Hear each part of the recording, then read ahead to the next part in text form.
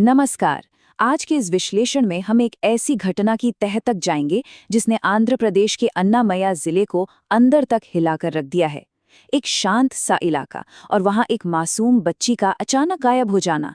ये कहानी शुरू तो होती है एक गुमशुदगी से, पर देखते ही देखते ये एक बेहद संगीन हत्या की जांच में बदल जाती है। आइए एक एक करके इन तथ्यों को समझते हैं और देखते हैं कि आखिर वहां शुरुआत से लेकर अब तक क्या-क्या हुआ। अब सबसे बड़ा सवाल यही है ना कि आखिर एक बच्ची को ढूंढने की बेचैनी चंद ही दिनों में एक पूरे समुदाय के सबसे भयानक खौफ में कैसे बदल गई। सोचिए, जब कोई बच्चा लापता होता है तो हर गुजरते सेकंड के साथ डर कितना बढ़ जाता है। हम इस घटनाक्रम को बिल्कुल शुरुआती कदम से समझेंगे, जहां उम्मीद और निराशा के बीच की वो पतली सी लकीर अचानक से गायब हो गई। तो चलिए शुरुआत से देखते हैं। भाग 1। अचानक लापता होना, एक मासूम की गुमशुदगी। सिर्फ 7 साल। जी हाँ, यही उम्र थी उस मासूम बच्ची की। एक ऐसी उम्र जहां बच्चे ने दुनिया ठीक से देखी भी नहीं होती और वो इस भयानक त्रासदी का शिकार हो गई। ये एक अकेला आंकड़ा ही काफी है इस केस की गंभीरता और इसके दर्द को समझने के लिए। ये बच्ची एक स्थानीय हथकरघा मजदूर यानी एक हैंडलूम वर्कर की बेटी थी। ये डिटेल यहाँ बहुत अहम है क्योंकि ये हमें उस परिवार के बारे में बताता है। एक बिल्कुल आम मेहनती परिवार जो अपनी रोजमर्रा की जिंदगी में लगा हुआ था। और ऐसे में एक आम से वर्किंग क्लास परिवार के साथ ऐसी असाधारण और दुखद घटना का घटना सच में रोंगटे खड़े कर देता है। अब अगर हम टाइमलाइन पे गौर करें तो चीजें बहुत तेजी से आगे बढ़ीं। सोमवार को ये बच्ची अचानक लापता होती है।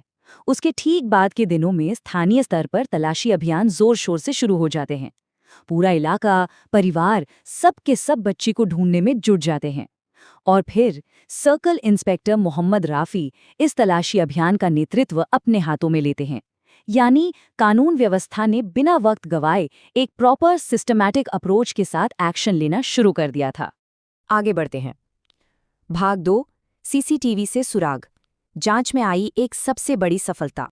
तो देखिए, जब हर जगह ढूंढने के बाद भी फिजिकली कोई सुराग नहीं मिल रहा था, तब पुलिस ने लोकल सीसीटीवी फुटेज की तरफ रुख किया। आसपास के इलाकों में लगे इन निगरानी कैमरों की मदद से पुलिस ने बच्चे की आखिरी मूवमेंट्स को ट्रैक करना शुरू किया। ये अपने आप में दिखाता है कि आज के वक्त में टेक्नोलॉजी किस तरह पुलिस के लिए आंखें और कान का काम करती है। इस एक कदम ने इस केस को देखने का पूरा नजरिया ही बदल दिया। और वहीं पुलिस को मिलता है सबसे बड़ा ब्रेक थ्रू। एक सीसीटीवी फुटेज में एक व्यक्ति को उस लापता बच्ची के साथ आगे बढ़ते हुए देखा गया। इस शख्स की पहचान जल्द ही कुलवर्धन के रूप में हुई और यहां से केस का मुख्य संदिग्ध यानी प्राइमरी सस्पेक्ट सामने आ गया। इस फुटेज में उन सभी हवाई अनुमानों को ठोस सबूत में बदल दिया। अब पुलिस को सटीक रूप से पता था कि बच्ची आखिरी बार किसके साथ थी। लेकिन यहाँ एक ऐसी बात है जो किसी को भी परेशान कर दे। इस अपहरण के पीछे आखिर मोटिव क्या था, मंशा क्या थी? सीसीटीवी से सस्पेक्ट तो मिल गया, पर आखिर क्यों? ये सवाल वही का वही था। शुरुआती रिपोर्ट्स में इस बारे में कुछ भी स्पष्ट नहीं हो पाया कि आखिर एक आम मजदूर की मासूम 7 साल की बच्ची को ही क्यों निशाना बनाया गया। और यही वो उलझन है जो इस मामले को अंदर तक पेचीदा बना देती है। अब आते हैं जांच के उस हिस्से पर जिसने सबको रुला दिया। भाग 3। एक दर्दनाक खोज, भयानक सच्चाई का सामना। इस सच्चाई को शब्दों में बयान करना सच में बहुत मुश्किल है। पुलिस की तलाशी के दौरान उस मासूम बच्ची का शव एक ड्रम के अंदर छिपाया हुआ मिलता है।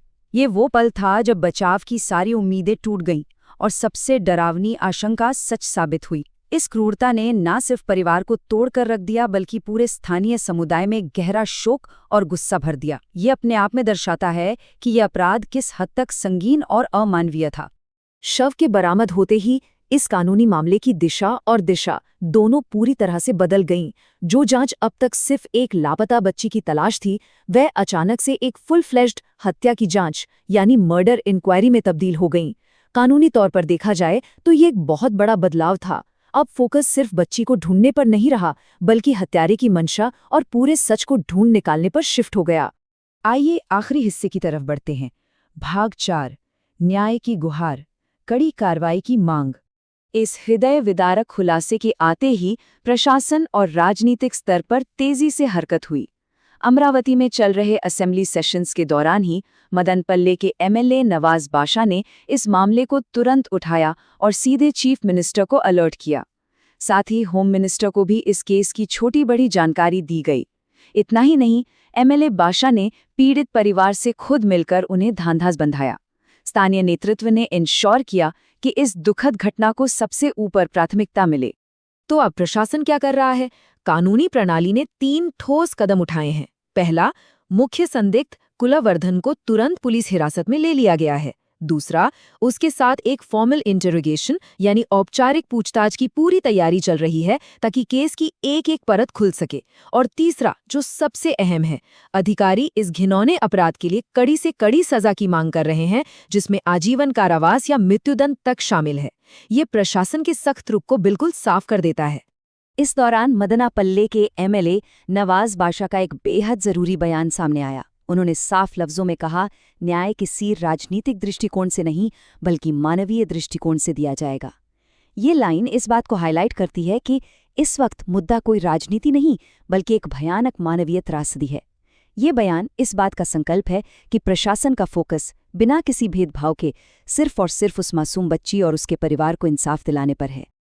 अब जब संदिग्ध कुलवर्धन से ये कच्ची पूछताछ आगे बढ़ रही है, तो एक आखिरी सवाल हम सबके जहन में गूंज रहा है। इस दुख में डूबे समुदाय को शांति दिलाने के लिए आखिर क्या नए तथ्य सामने आएंगे? इस अपहरण और दर्दनाक हत्या के पीछे की असली कहानी क्या थी? ये सब आगे की पुलिस जांच पर ही निर्भर करेगा। पर तब तक ये घटना हमारे दिलों में कई अनुत्तरित सवाल और न्याय की एक कड़ी गुहार छोड़ जाती है। आगे आने वाले तथ्यों पर हम सबकी नजर